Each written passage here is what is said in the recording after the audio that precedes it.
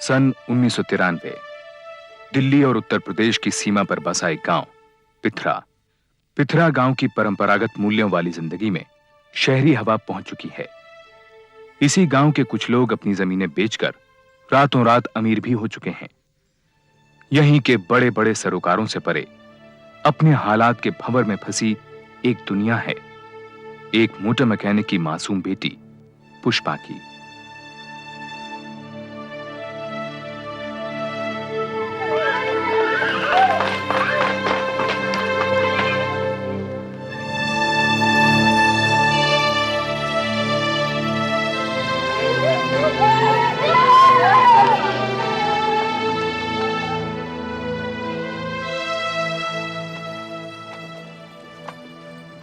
पुष्पा। हाँ बापू। ये क्या है? बापू आमिर खान। वो तो मुझे भी दिखाई दे रहा है, लेकिन जब मैंने कहा था कि ये हीरो हीरोइनों की फोटो मुझे अपने घर की दीवारों पर नहीं दिखाई देनी चाहिए, तो तेरी हिम्मत कैसी हुई? बापू आज गलती हो गई, बस आगे से नहीं होगा। कान खोल के सुन ले, अगर ऐसा शौक पालना है ना तो जमीन में गाड़ दूंगा। जा टिफिन ले आ। खड़ी क्या? जा टिफिन ले क्या? बापू खाना नहीं बना। क्यों? वो कोयला नहीं था ना। तो ला नहीं सकती थी? वो आपसे रात को बोला तो था, लेकिन आप नशे में थे। अरे जबान चलाती है, पहाड़ भर की हो गई लौंडिया, लेकिन कोई सुख नहीं। मेरी तो जिंदगी नरक होके रह गई है।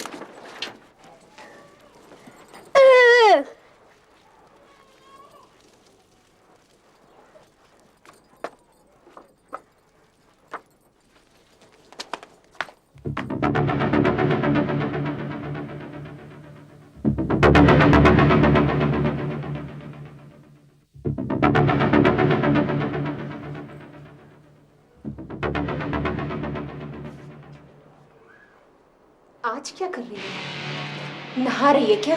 तू हर वक्त भूत की तरह मेरे पीछे क्यों पड़ी रहती है? बीवी हो तेरी, नहीं तो तेरी तरह मैं भी दूसरों की हो गई। कुछ तो शर्म कर। बड़ी शर्म कर रखी है ना तूने। तेरी सी टांग छां की वजह से मेरी बहन तक ने आना बंद कर दिया है। क्या कह रहा था उससे सरोज? वीडियो पे फिल्म दिखाऊंगा? दिखा लाए फिल्म।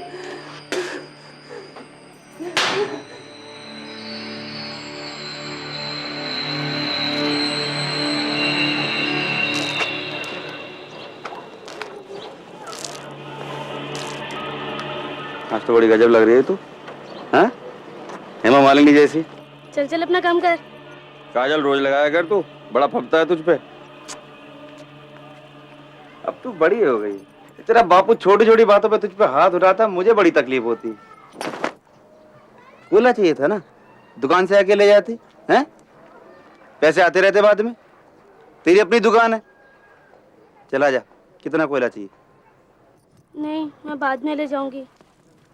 अच्छा चल तू रुक, मैं ले आता हूँ, नहीं तो शाम को तेरा बापू आके फिर चिल्लाएगा तुझ पे। नहीं नहीं रुक, मैं आती हूँ।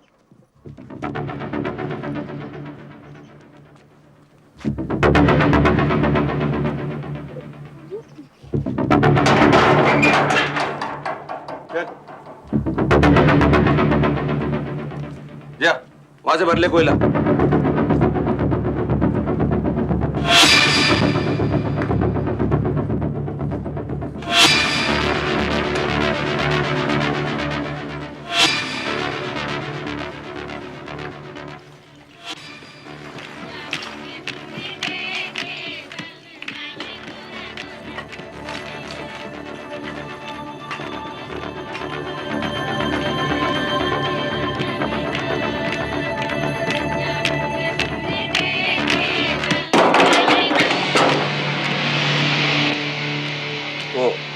आज दुकान बंद है ना, इसलिए दरवाजा खुला दिखेगा तो कोई भी मुंह उठा चला आएगा कोला लेने के लिए, और तुझे कोला लेते देख लिया मैं मना नहीं कर पाऊंगा। हैं?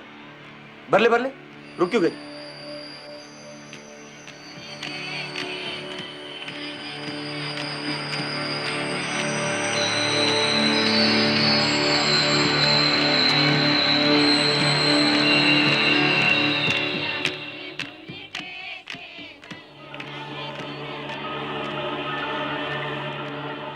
वो तो मेरे घर वालों ने जल्दी कर दी, नहीं तो मैं तो तुझसे शादी करने वाला था। सच्ची, तेरी कसम। ये कैसे उल्टी सीधी बातें कर रहे हो तुम? और बस मुझे इतना ही चाहिए, मैं घर जा रही हूँ। कहाँ जाएगी तू?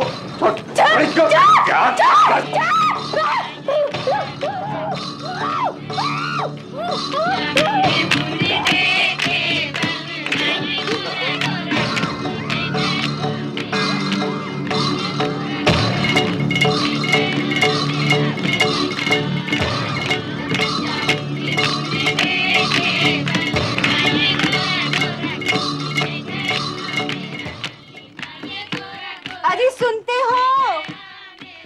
मैं अम्मा जी के साथ डिस्पेंसरी जा रही हूँ। ये बाजे की आवाज तो धीरे कर दो। सुन लिया क्या? डॉक्टरनी के यहाँ जा रही हूँ मैं।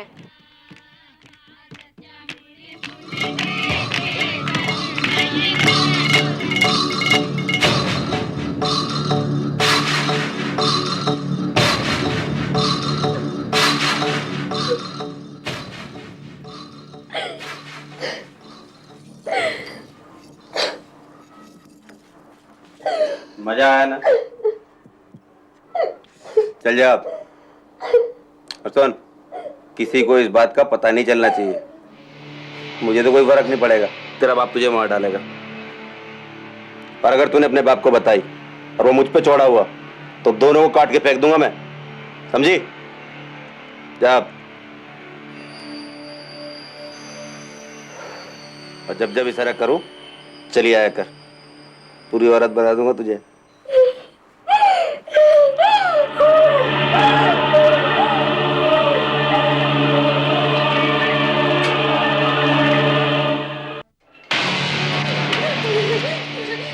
अगले 5 महीनों तक दीपचंद पुष्पा के साथ लगातार जबरदस्ती करता रहा। शुरुआत में वो पुष्पा को अपनी दुकान पर ही बुलाता रहा, लेकिन हिम्मत बढ़ने पर वो उसके घर भी पहुंचने लगा। पुष्पा को जिन हालात से गुजरना पड़ रहा था उनसे दर्शनलाल अनजान था। दीपचंद पुष्पा का मुंह बंद रखने के लिए उसे कई तरह की धमकियां देता रहता।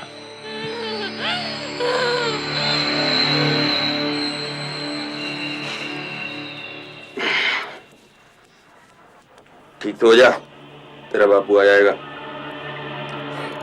आजकल मुझे उल्टी होती है, जैसा ही होता है। अभी उम्र कम है ना, इसलिए थोड़ी बड़ी हो जा, तुझे भी अच्छा लगेगा ये खेल। खुश होकर किया कर, बड़ा मजा आता है। औरत का काम क्या होता है? खाना, बर्तन, अपने आदमी को खुश करना, है? अब बहुत हो गया।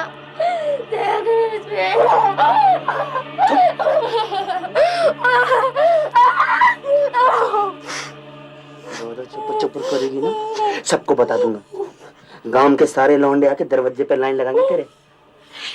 ज्यादा बोलेगी बाजार में खड़ी करके कपड़े खोलूंगा तेरे। कौन दूर साली को चिनाल कहेंगी। पुष्पा की तबीयत लगातार बिगड़ने लगी। घर के कामकाज और पुष्पा की देखभाल के लिए दर्शनलाल ने पड़ोस के गांव में रहने वाली अपनी बहन को बुलवा लिया। इसी दौरान दर्शनलाल को काम के सिलसिले में शहर जाना पड़ा। पुष्पा की हालत देख बुआ ने उसे डॉक्टर के पास चलने को कहा। पुष्पी जिद नहीं करते हैं, हाँ? अरे देख तो सही अपना हाल, ना तुझे नहाने का होश है ना खाने का होश है, और कहती मुझे कुछ नहीं है। अरे मैं कहती हूँ कहीं पथरी वथरी ना हो, तेरी माँ को भी थी। तू चल मेरे साथ, उस डॉक्टरनी की दवाई खाएगी ना 2 दिन में ठीक हो जाए। चल उठ, चल जल्दी से तैयार हो जा, चल चल ना बेटा, चल उठ चल। क्या करूं, कैसे समझाऊं इसको? चल उठ। ये लीजिए।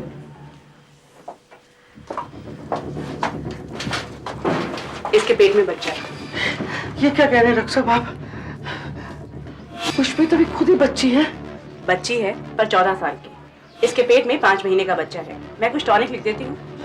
डॉक्टर साहब आप एक बार फिर से चेक कर लीजिए, नहीं तो आप कहें तो मैं एक्सरे करवा लाती हूँ। ये मेरा रोज का काम है, कभी कोई मिस्टेक नहीं हुई। आपकी भतीजी माँ बनने वाली है।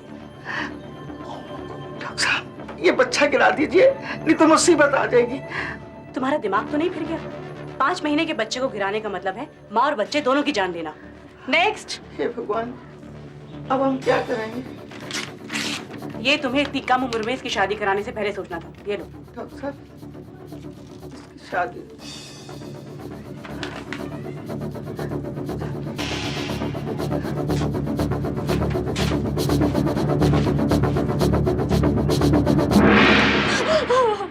अरे कर्मचारी, ये तो बता किसके साथ मुंह काला किया तूने?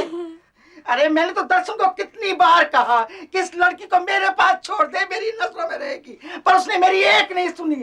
अब भुगतो ही जन्म भर इस कलंक को।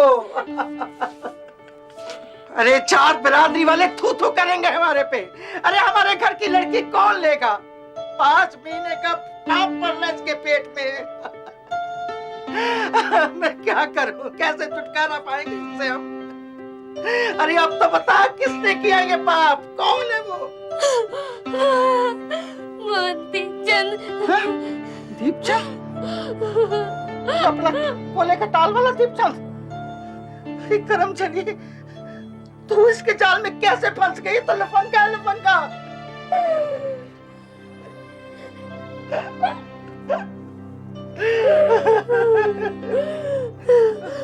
मैंने कुछ नहीं किया बुआ, कुछ नहीं किया मैंने। जबरदस्ती करी उसने मेरे साथ। तूने अपने बाप को क्यों नहीं बताया? कहता था तुम दोनों बाप बेटी को काट के फेंक दूंगा। किसी को बोला था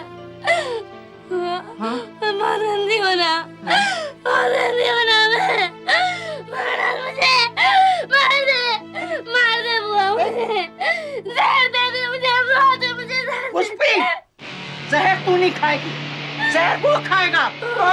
ओके, हमारे घर की इज्जत बर्बाद करती। कीड़े पड़ेंगे तुम्हें, कीड़े सारे खानदान को पड़ेंगे। अरे ऊपर वाला सब कुछ देख रहा है। अरे अंदर मुंह छुपा के क्यों बैठा है? बाहर आके देख लूंगी तुम्हें, हमारे घर को बर्बाद करेंगे। देखना, अब कुछ ही दिनों में ना तेरी जैसी शकल के बहुत सारे बच्चे गांव में खेलते नजर आएंगे। ज्यादा बकवास मत कर, 1 लाख पड़ेगी, होश ठिकाने आ जाएंगे। और अज्जात साली जबान बंद रख ही नहीं सकती है। कचर कचर कचर कचर।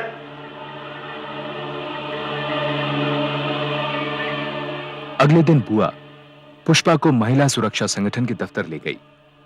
यहाँ की युवा समाज सेविका रंजना कौशिक का गांव में काफी सम्मान था और रौब भी। रंजना जी, हम तो बर्बाद हो गए ना। इसके चाल चलन के बारे में तो हम सबको मालूम था, लेकिन ये नहीं मालूम था कि इतनी छोटी बच्ची पर ये अत्याचार करेगा। हिम्मत से काम लो। अच्छा, पुष्पा की डॉक्टरी रिपोर्ट तो संभाल के रखी है ना? हाँ, रंजना ऐसी सजा दिलवाओ उसको कि 7 पुष्पों तक याद रखें। अरे ये तो अच्छा हुआ कि दर्शन नहीं यहाँ पर, वरना तो अभी मार काट हो जाती। और पुष्पा, इसको तो कभी नहीं छोड़ता वो। चिंता मत करो, मैं हूं ना। ये बताओ, ये दीपचंद की माली हालत कैसी है? जमीन बेच बेच कर पैसा बनाया है, कोले का टाल है उसका। 4 पैसे के आ गए, मोहल्ले भर में धोस जमाता फिरता है। हम गरीब सही, लेकिन इसका मतलब ये तो नहीं कि हमारी इज्जत उतारता फिरे। रंजना जी, बस इसको जेल भिजवाइए। सजा देने के तो और भी कई तरीके हैं, बस जैसा मैं कहती हूँ वैसा ही करो। जी। पुष्पा की दर्दनाक कहानी सुनने के बाद रंजना अगले 2 दिनों में दीपचंद और उसकी मां से अलग अलग मिली। इन मुलाकातों का मकसद था इन दोनों का पक्ष जानना और इनकी मनस्थिति समझना। पिथरा गांव का सरपंच ऊंची पहुंच वाले दीपचंद से कोई झगड़ा मोल नहीं लेना चाहता था। उसने इस मामले में पढ़ने से इनकार कर दिया, लेकिन रंजना के काफी समझाने के बाद दीपचंद और उसकी मां पुष्पा की बुआ से मिलने के लिए तैयार हो गए। दर्शन लाल अभी भी इस पूरे घटनाक्रम से अनजान था। हमारे लड़के पर उंगली उठाने से पहले अपने घर में देख लिया होता पुष्पा की बुआ। इसकी उम्र में तो हम लोग घर से कदम बाहर नहीं निकालते थे। शादी से पहले पराये मर्द को कभी देखा तक नहीं था आंख उठाकर। और ये हर आदमी के साथ हंसी मजाक करती रहती है। बिंदी क्या, काजल क्या, नैन पालिश क्या, 1000 तरह के तो फैशन सीख रखे हैं इसने। ये तो बचपन के शौक हुआ करते हैं, तुम्हारे हमारे जमाने की बात और थी। वही तो कह रही हूँ, शौक शौक में सो गई होगी किसी के साथ। किसी और के साथ नहीं, तुम्हारे दीपचंद के साथ। इसी ने जबरदस्ती की इसके साथ। अरे डरा धमका के बुलाता रहा उसको अपने पास बार बार। ये इसकी गोद में इसी का बच्चा है। फिर वही बात तुमने कही और मैंने मान ली। क्यों रे पुष्पा, साफ साफ बता, ये बच्चा तेरे पेट में किसका है? अरे इससे क्यों पूछ रही हो? अपने लड़के से पूछो। अरे बच्चा रोकने की दवाइयां लाकर देता रहा इसको। इसी का बच्चा पल रहा है इसकी गोद में। देख पुष्पा की बुआ, बहुत सुन ली मैंने तेरी, मेरा मुंह मत खुलवा। तू समझती है कि मैं पुष्पा को अपने घर में रख लूंगी? तो भूल जा। देखिए चुप हो जाइए। क्या चुप हो जाइए? अम्मा मैंने तो पहले ही मना करी थी, मत बुलाओ इन कंगलों को। हमारे रुपए पैसे पर नजर है इनके। अम्मा क्या बताऊं, बहुतों के साथ नैन मटक के कर चुकी है ये। इसके यारों की गिनती करने बैठो तो सुबह से शाम हो जाए, उसी में से किसी यार की औलाद होगी है। अरे क्यों हमारी इज्जत पर कीचड़ उछालने पर लगे हो? अरे क्यों इसकी जिंदगी बर्बाद कर दी तुमने? हैं? अरे सारा गांव जानता है तुम्हें। क्या जानता है? बोल, क्या जानता है? अरे तेरी तो औरत भी तुझे जानती है, तेरे करतूतों को। तूने तो अपने घर की नौकरानी तक को नहीं छोड़ा। तू तो राक्षस है, राक्षस। अरे पुष्पी के पेट में तेरी गंदगी पल रही है। अरे तो साबित करना, यहाँ क्यों तमाशा खड़ा कर रही है?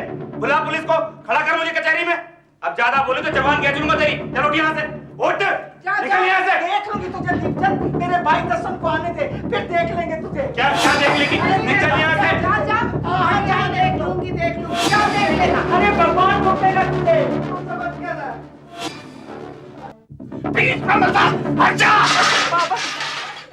उस रात जब दर्शनलाल घर लौटा और उसे सारा वाकया मालूम चला तो वो गुस्से से बौखला उठा। उसे हैरानगी हो रही थी कि पुष्पा ने उसे ये बात पहले दिन क्यों नहीं बता दी।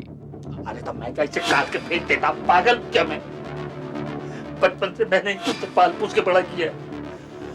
कुछ में तो 1 साल की छोड़ के चली गई थी, तब से मैंने ही तो, पता नहीं क्या होगा इसका। तो रंजना बहन के साथ दीपचंद के घर गई थी कि पुष्पी को अपने घर बिठा ले, शादी कर ले इससे। पर उसने तुमको धक्के मार के बाहर निकाल दिया है ना? अरे 4 पैसे हो गए हैं तो अच्छे बुरे की नजर ही नहीं रही। क्या कह रहा था पुष्पा से? मुझे कटवा देगा। अब देखता हूं मैं, एक बार थाने आएगा तो सारी अकल निकल जाएगी। कोई फायदा नहीं है। कल को वो कोई बड़ा वकील कर लेगा तो क्या करेगा तू? गवाही कोई है नहीं तेरे पास, ऊपर से 6 महीने गुजर चुके हैं। बहुत कमजोर केस है तेरा, और इस तरह की सैकड़ों FIR दर्ज है मेरे पास। दिखाऊं? और किसी का कुछ नहीं बिगड़ा। तो हाथ पे हाथ धर के बैठे थोड़े ना रहेंगे, इसको तो छोड़ूंगा नहीं। भारी शर्मिंदगी उठानी पड़ेगी तुझको। FIR दर्ज होने के बाद डॉक्टर तेरी छोरी का चेकअप करेंगे, उन कपड़ों को मंगवाएंगे जिनमें ये सब कुछ हुआ। लोग तरह तरह की बातें करेंगे तेरी छोरी के बारे में। कोई तो ये भी कहेगा कि अपनी मर्जी से करती होगी ये। बोल, तब किस किस का मुंह बंद करेगा तू? मैं उसे छोड़ूंगा तो नहीं। अरे कई साल लग जाते हैं कोर्ट कचहरी में। है हिम्मत तुझमें या तेरी छोरी में? एक आस पड़ोस का मामला है, आपस में कोई समझौता कर ले, फायदे में रहेगा। चाहे सारी जिंदगी कोर्ट कचहरी में गुजारनी पड़े मुझे, पर मैं छोड़ूंगा नहीं उसे। आप तो रपट लिखो जी मेरी। पुष्पा से लंबी पूछताछ की गई। मेडिकल एग्जामिनेशन से ये बात साबित हो गई कि पुष्पा के साथ कई बार शारीरिक संबंध बनाए जा चुके हैं, और ये भी कि वो मां बनने वाली है। इसके बाद इंडियन पीनल कोड की धारा 342 के तहत दीपचंद के खिलाफ बलात्कार और धारा 376 के तहत नाबालिग के साथ बलात्कार का आरोप लगाया गया। निकाल रहा है, पर अपनी लौंडिया धंधा करवाता चला रहा साला। दीपचंद ने बलात्कार के आरोप को मानने से साफ इनकार कर दिया और उल्टा दर्शनलाल पर आरोप लगाने लगा। 20 दिन तक पुलिस हिरासत में रहने के बाद दीपचंद के परिवार ने उसे जमानत पर छुड़वा लिया।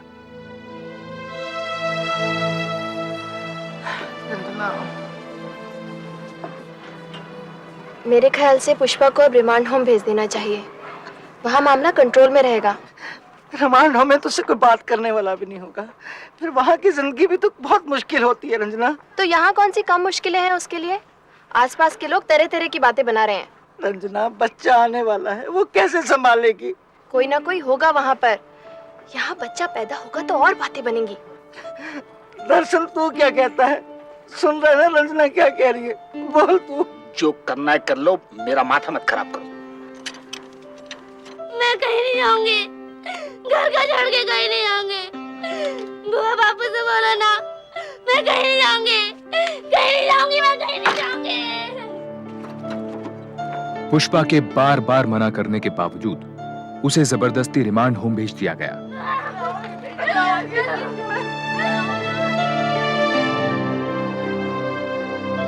रिमांड होम की सूनी और बेरंग दुनिया में कितने दिन महीने गुजारने पड़ सकते हैं, इस बात का अंदाजा ना तो पुष्पा को था और ना ही उसके घर वालों को। कुछ महीनों बाद पुष्पा ने एक लड़की को जन्म दिया।